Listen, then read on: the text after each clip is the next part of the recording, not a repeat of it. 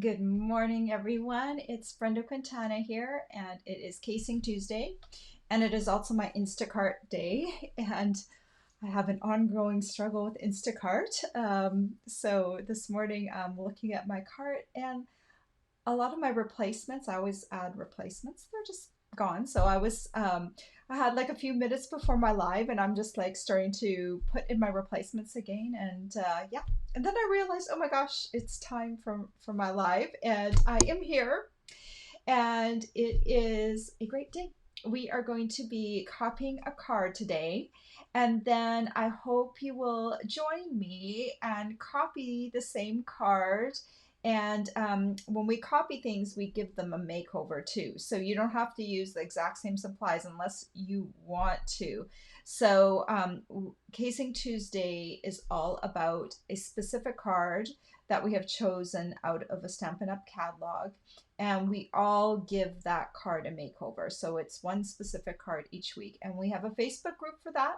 And if you would like to join, if you're not already a member, just click down below and join our group. We have a lot of members, and each week we get new members. I pop in there a few times a week, but I hadn't been in there since probably Friday. And this morning, I think I added 20 new members to the group. So I love how our little group is growing. And each week, there's a bunch of us that share our samples, and it's really great. I think for myself, every week I have to challenge myself to follow someone else's style or someone else's layout. So it's a challenge for me that way. For beginners, they might not know how to build a card, so it's a great template, and it's a great way to try out new styles as well. So this week's layout is a little simple. Let's show you the card first. This is the card here. So if you were with us last week, this card layout is a little bit similar. And when we're going through and picking out the layouts, I'm not always aware because different people, we have a blogger group, and different members of the group pick different cards. And I was not aware that we had two cards that were similar back to back. But the cool thing about this is I think you can make it unique. You can move that little greeting layer around.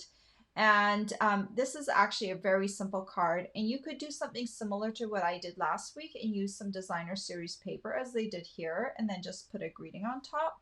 Or I'll show you in a minute what I did this week. And then this is the layout. And so you can use that 2.5 by 1.25 inch area. You can use whatever shape you want. If you don't have a lot of shapes in your collection, like punches or dies, you can just use a rectangle. Or you can use a punch like I did today, or use a die. So it's a very simple layout. Those are the base measurements, and you can find those over on the Facebook group. Sometimes it's hard to pause a video. So, and you also can find them on my blog posts, and that link is also down below. So just, you might need to open it up and say see more or show more down below, and then that opens up the description a little bit, and then you can see all the links that I have for you down below.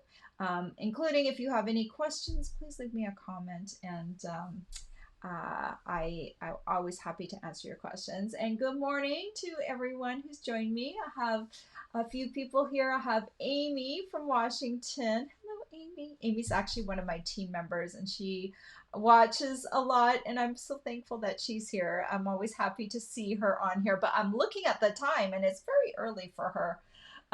And Karen is here from New Jersey, and Karen joins us a lot too, so I'm very happy to see her here. Okay, so let me show you my card that we're, think I can switch over. Here we go. So my card is pretty simple today, but there is a trick to how I stamp these irises.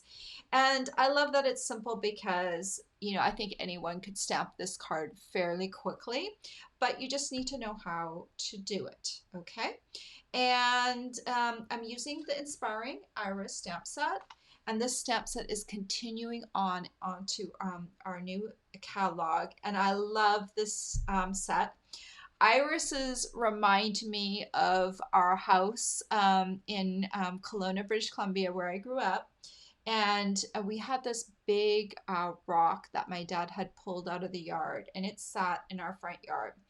And for the first few years we were there, my dad planted iris bulbs, and they would come up and they would be this beautiful purple. Irises, I think, are just such a beautifully complex architectural flower, and I just think they're just gorgeous. So I really love the stamp set. It reminds me a lot of home, even though in later years we didn't have the irises anymore. But every time I see a bearded iris, I am just like, yes, that is definitely home. The other thing we're going to be using a little later on is the timeless label punch. So just in case I forget to mention the name on that. But other than that, we're actually not using too many supplies today. So that's kind of good. It's a low supply day card. We do need to have two colors of ink, and that's Old Olive and Highland Heather, two kind of standby favorite colors. I probably use them a lot. I thought today my Old Olive is getting a little weak in intensity.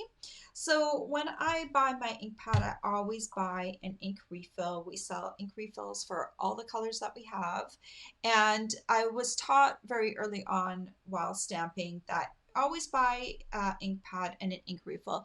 That way your ink pad is going to last a long time. Even if we have a color change up, the color retires, or if it's an in color, it's only around for 2 years, you'll be able to use that color for a very, very long time. In fact, most of the time, I think I've only for a few colors, I've been stamping many, many years. There's only been a few colors that I've had to replace the ink refill for. So it really will make things last. So I thought I'd show you real quick how I go about re-inking my ink pad, since I had to do this. I was going to do it before, and then I'm like, wait a minute, I can show everyone how I do it. So I just open up my ink pad and then open up the ink refill. And then I just kind of do squiggly lines down one side and squiggly lines down the other side. Now these new firm foam pads, they're great, but one problem I find when I first re-ink something is that the ink kind of stays right on the top. And so it's really good if you have either like a credit card that you're not using anymore, or our little blocks are awesome for this. And you just like run your block around the top, on the top, and that just helps work in the ink a little bit so it's not sitting right there on the top. Okay, and then you just wipe that off. Our regular ink is water based, so it just comes off with a little bit of water. So that is how I go about doing a re-inking. Okay, very easy. So now I'm going to start off with the most important layer, which is my focal point layer, which is my bearded irises. Okay, so this Whisper White layer is 3 3/4 inches, 3 3/4 inches by 5 inches. Yes. Okay, so I'm going to start off with the bearded iris greenery. So I'm just going to ink this up, and see right here where this on the side where there's the shorter greenery, that's what I'm going to aim about halfway up on my card. And I'm going to stand when I do this because I get a better bird's eye view. So I'm going to aim that. It's going to be about 1/4 inch from the side and about halfway up. Lift off, and then I'm going to come over here. I'm not going to stamp off. I'm just going to bring my greenery and stamp once more down here. What I want to do is I'm going to fill in this bottom with some stamped off greenery. I'm going to come in again with my next one, and these are the two that my flowers are going to be stamped on. And so I'm going to come down, and I'm just going to bring this down just about a little bit, about halfway right here. This little piece is pointing halfway in between, and it's about 1/4 inch from the side again, and I'll stamp down. And then I'm going to stamp this one right down here off like that. Okay, we're going to fill all of this in on the bottom in a second. But first, I want to stamp my iris heads because I don't want to put green over top of the iris heads. So let me grab my Highland Heather and the iris heads. Ink, ink, ink. And then I'm just going to hover this. This top flower is going to be about 1/8 of an inch above the top of the greenery, and this other one is going to rest right on top of the old olive. Ooh, that's so pretty. Okay, inking up again, and then I'm going to come in. All right, I think I can sit down now. All right, so now we're just going to fill in the bottom with some stamped off greenery. And I have protected my work surface with a little bit of scrap computer paper because I'm going off the edge of the cardstock and I don't want to make my work surface all inky. Okay, so ink full strength, stamp off once, and then come in here and just fill in an area that needs filling in. Actually, you can stamp off, bring it in, and then you can move it around a bit and stamp one more time. So you can kind of get 2 stamps off of that. And I think actually I kind of like the way that looks. I don't need any more greenery. Part of this, you're going to look at this and you're going to go, this doesn't look 100% great. But what you're going to do is you're going to have a label over this and a bow over here. So basically you just want a little bit of light green faded greenery down here. It doesn't have to be stamped 100% perfect, okay? So let me just get rid of that. And now I'm going to take a piece of scrap paper and I'm going to take my greeting here. I love this one. It says, "You are somebody who makes everybody feel like somebody." It's a nice greeting. All right, and then I'm going to stamp that on a scrap piece of Whisper White and grab my Timeless Label Punch and just center it. Make sure it's not crooked.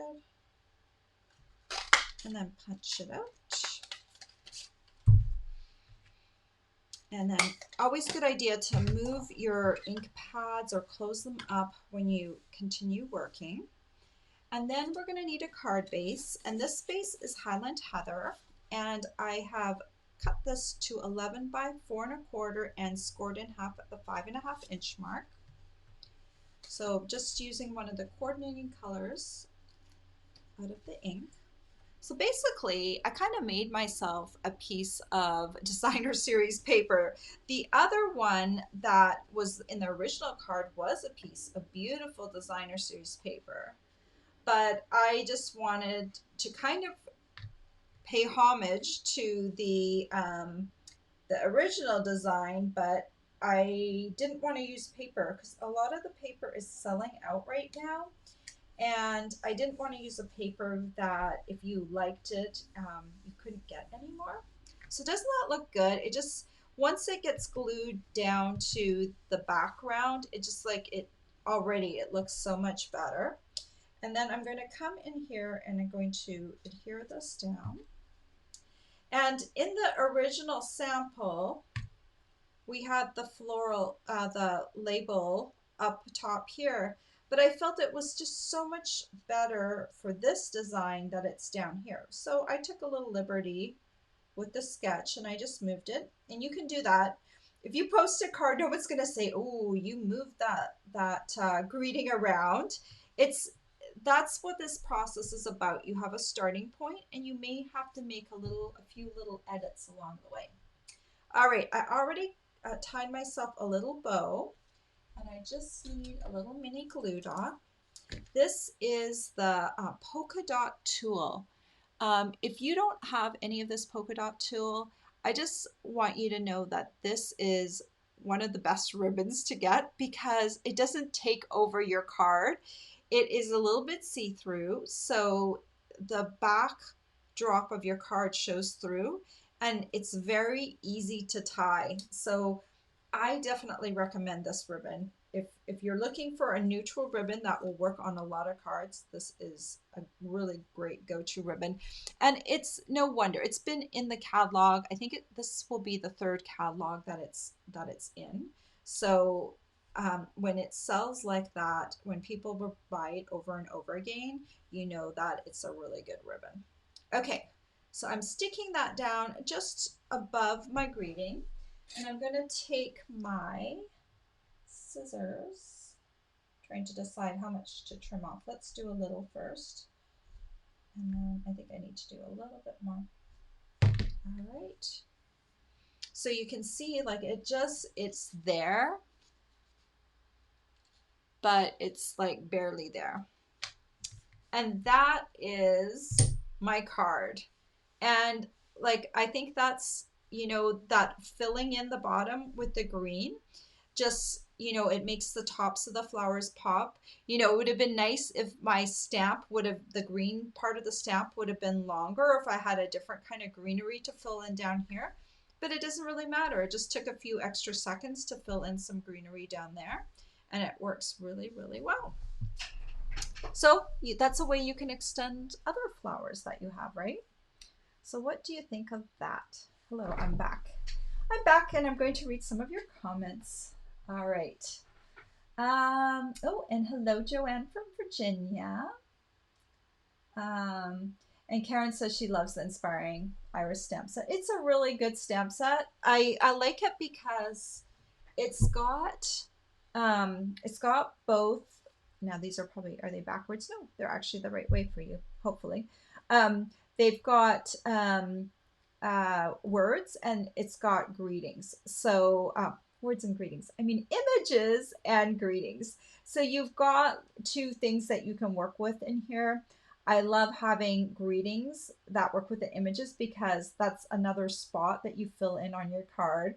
I generally make cards that have like an image plus a greeting on them. So this stamp set just really checks off all the boxes for me.